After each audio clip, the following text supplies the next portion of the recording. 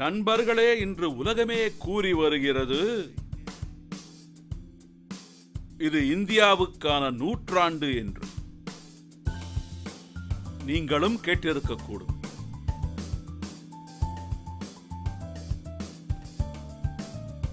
இந்தியாவின் வசதி வாய்ப்புகள், இந்தியாவின் வெற்றிகள்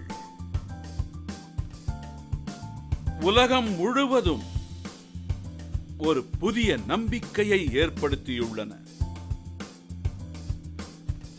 எந்த இந்தியாவை பற்றி தானும் மூழ்கி பிறரையும் மூழ்கடித்துவிடும் என்று கூறினார்களோ, அந்த இந்தியா இன்று உலகத்தின் வளர்ச்சியை முன் செலுத்தி வருகிறது.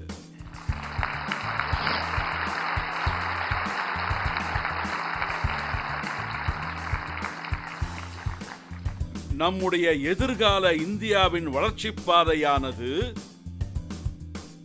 இன்று நம்முடைய செயல்களிலும் எண்ணங்களிலும் தெரியும். சுதந்திரத்திற்கு 65 ஆண்டுகளுக்கு பிறகு கூட இந்தியா உலகின் ஜிடிபியில் 11வது இடத்தில்தான் இருந்தது. கடந்த 10 ஆண்டுகளில் நாம் உலகின் பொருளாதாரத்தில் 5வது இடத்திற்கு முன்னேறி உள்ளோம்.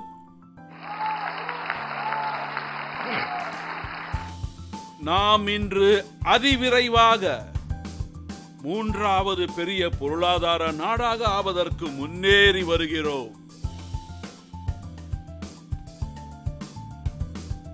நண்பர்களே, நான் 18 ஆண்டுகளுக்கு முன்பு நடந்ததை கூற விரும்புகிறேன்.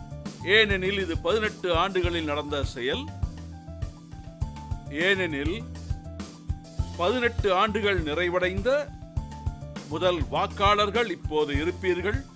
உங்களுக்கு இவையெல்லாம் தெரிந்திருக்காது. அதனால் தான் இதை சொல்கிறேன். 18 ஆண்டுகளுக்கு முன்பு 2007ஆம் ஆண்டு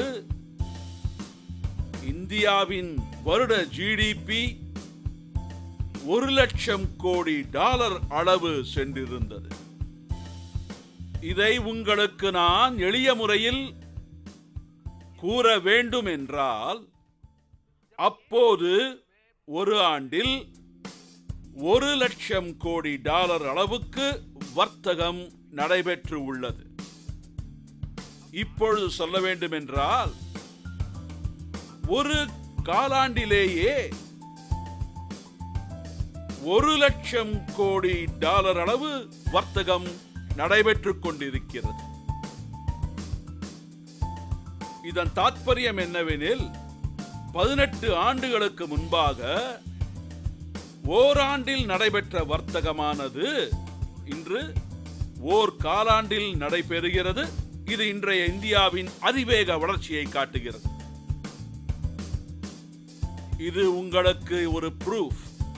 இன்றைய பாரதத்தின் அபரிமிதமான வளர்ச்சியை இது காட்டுகிறது. நான் மேலும் உங்களுக்கு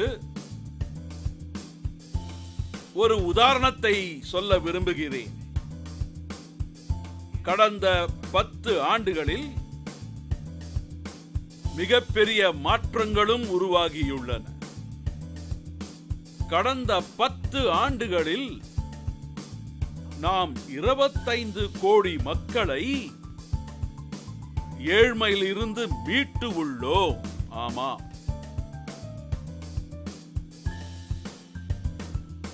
இந்த எண்ணிக்கையானது பல தேசங்களின் மொத்த மக்கள் தொகையை காட்டிலும் அதிகமானது. இதையும் நினைவில் கொள்ளுங்கள். எப்போது இந்த அரசு கூறியதோ, நாட்டில் பிரதம மந்திரி ₹1 அனுப்பினீர்கள் என்றால் அதில் 15 பைசா ஏழை மக்களுக்கு செலவிடப்படுகிறது என்று கூறினாரோ, அதுவும் நடந்துள்ளது. அது நேர்மையாக செலவிடப்பட்டுள்ளது இன்று வரை.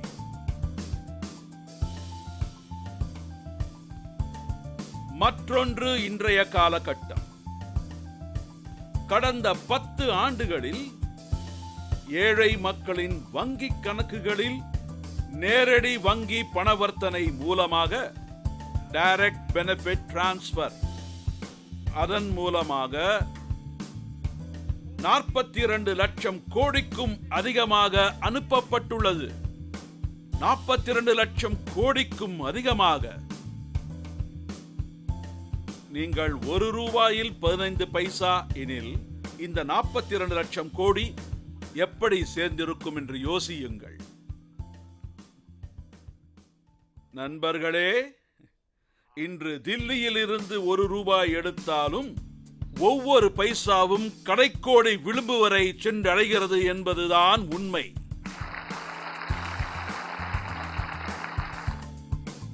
நண்பர்களே, 10 ஆண்டுகளுக்கு முன்பாக இந்தியா சூரிய சக்தியில் உலக அளவில் கருதப்படவில்லை.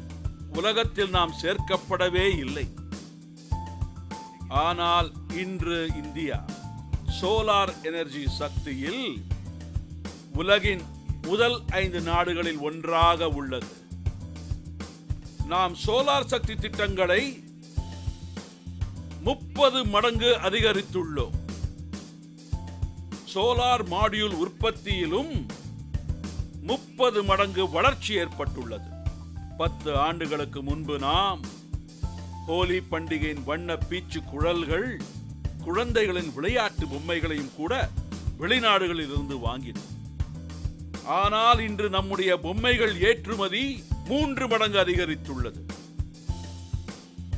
10 ஆண்டுகளுக்கு முன்பு வரை நாம் நமது ராணுவத்திற்காக துப்பாக்கிகளை கூட வெளிநாட்டிலிருந்து இறக்குமதி செய்து பழக்கப்பட்டோம். கடந்த 10 ஆண்டு நம்முடைய பாதுகாப்பு உபகரணங்களின் ஏற்றுமதியானது 20 மடங்கு அதிகரித்துள்ளது. நண்பர்களே, கடந்த 10 ஆண்டுகளில் நாம் உலகின் 2வது மிகப்பெரிய ஸ்டீல் உற்பத்தியாளர்கள், உலகிலேயே 2வது கைபேசி உற்பத்தியாளராக ஆகியிருக்கிறோம். அதே போன்று உலகின் 3வது மிகப்பெரிய ஸ்டார்ட் அப் சமூகத்தை இந்தியா உருவாக்கியுள்ளது. இந்த 10 ஆண்டுகளில் நம் நாட்டின் உள்கட்டமைப்பில் முதலீடுகளை நாம் 5 மடங்கு அதிகரித்துள்ளோம். நாட்டில் விமான நிலையங்கள் 2 மடங்கு அதிகரித்துள்ளது, 2 மடங்காகியுள்ளது. இந்த 10 ஆண்டுகளில் எய்ம்ஸ் மருத்துவமனைகள் 3 மடங்கு அதிகரித்துள்ளன, 3 மடங்கு. மற்றும் இந்த 10 ஆண்டுகளில் மருத்துவ கல்லூரிகள் மற்றும் மருத்துவ சீட்டுகளின் எண்ணிக்கை 2 மடங்காக அதிகரித்துள்ளது. நண்பர்களே, இன்று இந்தியாவின் ஆற்றல் மிகவும் வேறுபட்டது. இன்றைய இந்தியா பெரிதாக எண்ணுகிறது, பெரிய இலக்குகளை நிர்ணயிக்கிறது. மேலும் இன்றைய இந்தியா குறிக்கோளை நிறைவேற்றிக் கொண்டிருக்கிறது. ஆம், இது எப்படி என்றால் இந்தியாவின் எண்ணம் திட்டம் மாறியுள்ளது. பாரதம் பெரும் எதிர்பார்ப்புடன் முன்னேறி வருகிறது. முன்பு நம் எண்ணம் எப்படி இருந்தது என்றால், போகட்டுமே, விடுங்கள், பார்ப்போம், போகும் வரை போகட்டும், யார் செய்கிறார்களோ செய்யட்டும். முன்பு நமது எண்ணம் எவ்வளவு சிறியதாக இருந்தது என்பதற்கு ஒரு உதாரணம் சொல்கிறேன் உங்களிடம். ஒரு காலம் இருந்தது, அப்போது வறட்சியின் பிடியில் நாம் கஷ்டப்பட்டு கொண்டிருந்தோம். அப்போது காங்கிரசின் ஆட்சி நடைபெற்றுக் கொண்டிருந்தது. மக்கள் அரசாங்கத்திடம் மனு அளித்தார்கள், தங்களுக்கு வேண்டியதை செய்து கொடுக்குமாறு கேட்டார்கள். வறட்சி என்பது அவ்வப்பொழுது ஏற்பட்டுக் கொண்டிருக்கிறது. இது வறட்சி காலமாக இருக்கிறது. நாம் இப்பொழுதே நிவாரணத்திற்கான ஏற்பாடுகள் அனைத்தும் செய்ய வேண்டும். பள்ளம் வெட்டி மண்ணை எடுத்து மற்றொரு இடத்தில் நிரப்ப வேண்டும். இதைத்தான் மக்கள் கேட்டார்கள். ஒருவர் சொன்னார், என்னுடைய ஏரியாவில் எங்களுக்காக ஒரு அடிபம்பு போட்டு கொடுத்தால் நன்றாக இருக்குமே என்று கேட்டார். ஒவ்வொரு பாராளுமன்ற உறுப்பினருக்கும் எரிவாயு சிலிண்டர்கள் தருவதற்காக அரசு 25 கூப்பன்களை அளித்திருந்தது. அந்த எம்பிக்கள் 25 கூப்பன்களையும் ஒன்றாக சேர்த்து தங்களது சொந்த உபயோகத்திற்காக அதை உபயோகப்படுத்திக் கொண்டார்கள் என்பதே உண்மை. அதுதான் நடந்தது. ஒரு எம்பி ஒரு வருடம் 25 சிலிண்டர்கள். இவையெல்லாம் 2014க்கு முன்பு நடந்தது. எம்பிகள் என்ன கேட்டார்கள் என்றால், எங்கள் ஊர் வழியாக ட்ரெயின் செல்கிறது அல்லவா, எங்களுக்கு ஒரு ஸ்டாப்பிங் கொடுங்கள் என்று. ஸ்டாப்பிங் வேண்டும் என்றே கேட்டுக்கொண்டிருந்தார்கள். இதெல்லாம் 2014 முன்பு நடந்த விஷயங்கள் தான், எப்பவோ எந்த காலத்திலும் நடந்த விஷயங்கள் அல்ல. காங்கிரஸ் அரசு நாட்டு மக்களின் நம்பிக்கையை ஒட்டுமொத்தமாக குலைத்து விட்டது. இதனால் நாட்டு மக்களும் நம்பிக்கை இழந்து விட்டனர். நாம் கேட்பதால் ஒன்றும் நடக்கப் போவதில்லை, ஏன் கேட்பது என்று முடிவு கட்டினார்கள். உங்களால் என்ன முடியுமோ அதை எங்களுக்கு செய்து கொடுங்கள், விருப்பம் இருந்தால் செய்யுங்கள் என்று விட்டு விட்டனர், கேட்பதில்லை. ஆனால் இன்று மக்களின் மனங்கள், எண்ணங்கள், எல்லா நிலைமையும் மாறிவிட்டது. இன்று மக்களுக்கு எல்லாம் புரிந்துவிட்டது. யார் எந்த வேலையை செய்வார்கள், யார் நமது இலக்கை அடைவார்கள் என்று. இது வெறும் சாதாரண மக்களின் எண்ணம் மட்டுமல்ல, வெளியிலும் இதைத்தான் பேசுகிறார்கள். எதிர்ப்பக்கத்தில் உள்ளவர்கள் கூட இதைத்தான் பேசுகிறார்கள். மோடிஜி ஏன் இதை செய்யவில்லை என்று. அவர்களுக்கும் தெரிகிறது மோடிஜி மட்டுமே செய்ய முடியும் என்று.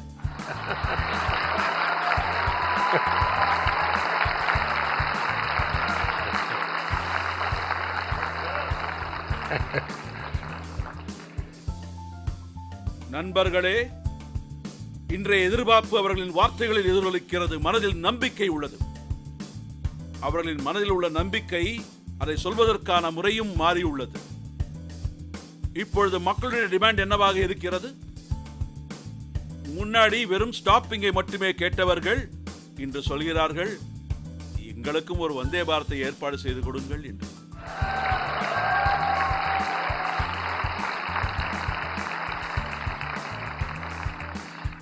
சமீபத்தில் நான் குவைத் சென்றிருந்தேன். நான் எப்பொழுது வெளிநாடு சென்றாலும் சரி, அங்கு நம் நாட்டு மக்கள் பணிபுரியும் பகுதிகளுக்கு செல்வேன், அவர்களை பார்க்க போவேன். அது என் பழக்கம். அங்கு கூலி தொழிலாளர்கள் வசிக்கும் பகுதிக்கு சென்றிருந்தேன். நமது சகோதர சகோதரிகளை சந்தித்து பேசினேன். 8, 10 இப்படி பல வருடங்களாக வேலை செய்து கொண்டிருப்பவர்கள் கூட நான் பேசினேன் அங்கு. இப்ப பாருங்கள், நான் அங்கு ஒருவரை சந்தித்தேன். அவர் பீகாரை சேர்ந்தவர். குவைத்தில் 9 வருடங்களாக வேலை செய்து கொண்டிருக்கிறார். இடையிடையில் இங்கு வருபவர் தான். பேச்சுவாக்கில் அவரிடம் ஒரு கேள்வி கேட்க வேண்டும் என்றார். நான் சொன்னேன், கேளுங்களேன் என்று. அவரும் கேட்டார். எனது கிராமத்திற்கு அருகிலே தான் டிஸ்ட்ரிக்ட் ஹெட் குவார்ட்டர்ஸ் இருக்கிறது, அங்கேயே நீங்கள் விமான நிலையத்தை கொண்டு வரக்கூடாது என்று கேட்கிறார். எனக்கு மிகவும் மகிழ்ச்சியாக இருந்தது. ஏனெனில் நம் நாட்டின் கிராமத்தை சேர்ந்த ஒரு கூலி தொழிலாளி, அங்கு வேலை செய்து கொண்டிருப்பவர், அவர் யோசித்திருக்கிறார், எனது டிஸ்ட்ரிக்ட் ஹெட் குவார்ட்டர்ஸில் ஒரு இன்டர்நேஷனல் ஏர்போர்ட் வேண்டும் என்று. அருமையான விஷயம் அல்லவா இது? இதுதான் இன்றைய சாதாரண குடிமகனின் நம்பிக்கை, பிலீஃப். இதுதான் வளர்ச்சியடைந்த பாரதம். இதுதான் நம்மை இழுத்துச் செல்கிறது. நண்பர்களே, கடந்த 10 ஆண்டுகளில் நம் நாடு ஒரு நியூ ஏஜ் கவர்னன்ஸை ஃபீல் பண்ணி இருக்கிறது. இதற்கு முன்பு இருந்ததை போல் இம்பாக்ட்லெஸ் கவர்மெண்டாக இல்லாமல் இம்பாக்ட்ஃபுல் கவர்னன்ஸ் நாம் உருவாக்கியுள்ளோம். ஃபீல்டில் மக்களிடம் கேட்கும் பொழுது அவர்கள் சொல்கிறார்கள், எங்கள் வாழ்க்கையில் முதல் முறையாக எங்களுக்கு இந்த பெனிஃபிட்ஸ் எல்லாம் கிடைத்திருக்கிறது என்று. இதற்கு முன்பு இப்படிப்பட்ட திட்டங்கள் இல்லாமல் இல்லை, இருந்திருக்கிறது. ஆனால் அவை மக்களிடம் கொண்டு சேர்க்கப்படவில்லை என்பதே உண்மை. அது இப்பொழுது நடந்திருக்கிறது. நீங்க எப்பொழுதுமே பிஎம் ஆவாஸ் யோஜனா பெனிஃபிஷியரிஸை பாருங்கள். ஏழை மக்களுக்கு வீடு கட்டுவது என்பது வெறும் பேப்பரில் மட்டுமே இருந்தது. இன்று நாங்கள் நிலத்திலே ஏழை மக்களுக்கான வீடுகளை கட்டி கொடுக்கிறோம். முன்பு வீடு கட்டுவதற்கான அனைத்துமே கவர்மெண்ட் ரிபனாகவே இருந்தது. எப்பொழுதுமே வீடு எப்படி கட்ட வேண்டும், அதற்கு என்ன பொருட்கள் தேவை, இதையெல்லாம் அரசாங்கம் நிர்ணயித்தது. ஆனால் இன்று நிலைமை அதுவல்ல. அரசாங்கம் காசை கொடுத்து விடுமே தவிர எது வேண்டும் எப்படி வேண்டும் என்பதை அவர்களே நிர்ணயித்துக் கொள்வார். ஒரு தலைபட்ச முடிவு கிடையாது. இந்த வீட்டுக்கான டிசைன்களை கூட எல்லா இடத்திலிருந்தும் நாங்கள் சேகரித்தோம். வீட்டிற்கான மாடலை நாங்கள் பொதுவில் வைத்தோம். இதற்கும் நாங்கள் மக்களை ஒன்றிணைத்தோம். மக்களுக்கு தேவையானதை எடுத்துச் சொன்னோம். இதனால் வீட்டின் தரமும் நல்லதாக அமைந்தது. அந்த வீடுகளும் சீக்கிரமே கட்டி முடிக்கப்பட்டது. இதற்கு முன்பு கல்லும் மண்ணால் மட்டுமே ஏழைகளுக்கு வீடு கட்டப்பட்டு கொடுத்துள்ளது. நாங்கள் ஏழைகளின் கனவு இல்லத்தை அவர்களுக்காக கட்டி கொடுத்திருக்கிறோம். இந்த வீடுகளில் குழாய்கள் மூலமாக தண்ணீர் வருகிறது. உஜ்வலா யோஜனா மூலமாக கேஸ் கனெக்ஷன் கொடுக்கப்பட்டுள்ளது. சௌபாகிய யோஜனா மூலம் மின்சாரம் கனெக்ஷன் கொடுக்கப்பட்டுள்ளது. நாங்கள் அங்கு 4 செவறுகளை மட்டும் கட்டி கொடுக்கவில்லை, வாழ்க்கையை கட்டி கொடுத்திருக்கிறோம். 4 சுவர்கள் மட்டுமல்ல. நண்பர்களே, எந்த ஒரு நாட்டின் வளர்ச்சிக்கும் அந்த நாட்டின் பாதுகாப்பு மிக மிக முக்கியமான அம்சமாகும். தேசிய பாதுகாப்பு. கடந்த 10 ஆண்டுகளில் நாம் பாதுகாப்பிலும் நிறைய உழைத்துள்ளோம். முன்பு தொடர் குண்டு வெடிப்பு பற்றிய செய்திகள் தொலைக்காட்சியில் அடிக்கடி காட்டப்பட்டன. ஸ்லீப்பர் செல்களின் வலையமைப்பில் சிறப்பு நிகழ்ச்சிகள் இருந்தன. இன்று இவை அனைத்தும் தொலைக்காட்சி திரைகளில் இருந்தும் இந்திய மண்ணில் இருந்தும் மறைந்து விட்டன. இதற்கு முன்பெல்லாம் நீங்கள் ரயிலில் பயணம் செய்யும் போதோ அல்லது விமான நிலையத்திற்கு செல்லும் போதோ அங்கு ஒரு உரிமை கோரப்படாத பை இருந்தால் அதை தொட வேண்டாம் என்று அறிவிப்புகள் வரும். இன்று 18-20 வயது இளைஞர்கள் அந்த தகவலை கேள்விப்பட்டிருக்க கூட மாட்டார்கள். இன்று நம் நாட்டில் நக்சலிசமானது தனது இறுதி மூச்சை இழுத்துக் கொண்டிருக்கிறது. முன்பு 100க்கும் மேற்பட்ட மாவட்டங்கள் நக்சலிசத்தின் பிடியில் இருந்தன.